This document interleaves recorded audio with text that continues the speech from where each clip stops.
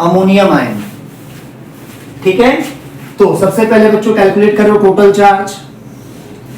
सबसे पहले कैलकुलेट करो टोटल चार्ज। देखो नाइट्रोजन में बच्चों वैलेंस इलेक्ट्रॉन कितना होता है? 7 नहीं 5।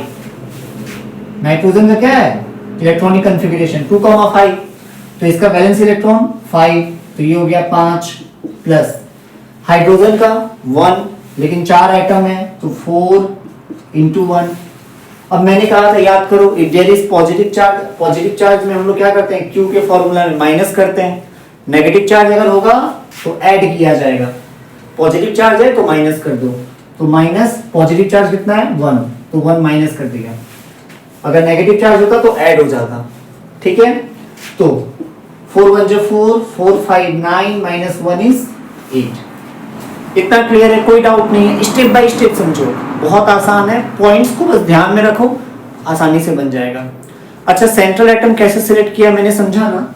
देखो यहाँ पे N जो था वो लीस्ट इन नंबर था, नाइट्रोजन एक ही है, हाइड्रोजन 4 है, इसलिए सेंट्रल एटम कौन हो गया? नाइट्रोजन। क्लियर, बस पॉइंट्स को फॉलो करो, आराम से हो जाएगा सब कुछ।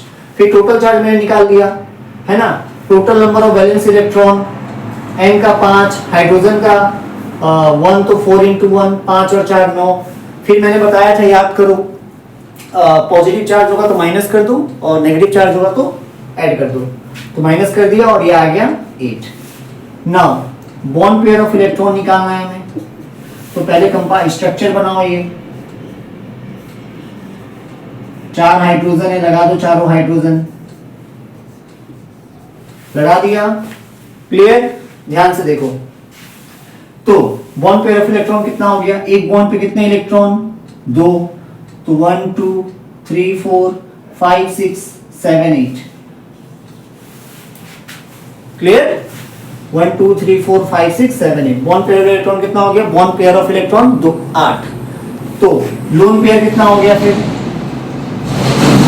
That is Q minus bond pair of electron, so this will be 8 minus 8 and this will be 0।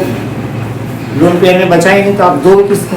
ठीक है, अब क्या था याद करो, रूल नंबर 3 या 4, the octet of corner atom must be complete. तो देख लो इसका ऑक्टेट कंप्लीट है 1 2, इसका भी देख लो 1 2, इसका भी कंप्लीट, इसका कंप्लीट, इसका कंप्लीट। नाइट्रोजन का चेक कर लो 1 2 3 4 5 6 7 8, हाँ नाइट्रोजन का भी कंप्लीट है ना। नाइट्रोजन 4 बॉन्ड बना सकता है, 5 नहीं बना सकता, 4 बना सकता है। अब आ गया पॉजिटिव चार्ज। ये पॉजिटिव चार्ज कहाँ पुट करें हम लोग? तो याद करो मैंने कहा था if there is positive charge it must be on central atom, तो यहाँ पे आ गया पॉजिटिव चार्ज। तो ये हो गया बच्चों अमोनियम आयन का स्ट्रक्चर। क्लियर, समझ में आ गया? स्टेप बाय स्टेप फॉलो करो, बहुत आसानी से बनेगा। क्लियर, चलो क्वेश्चन नंबर 3।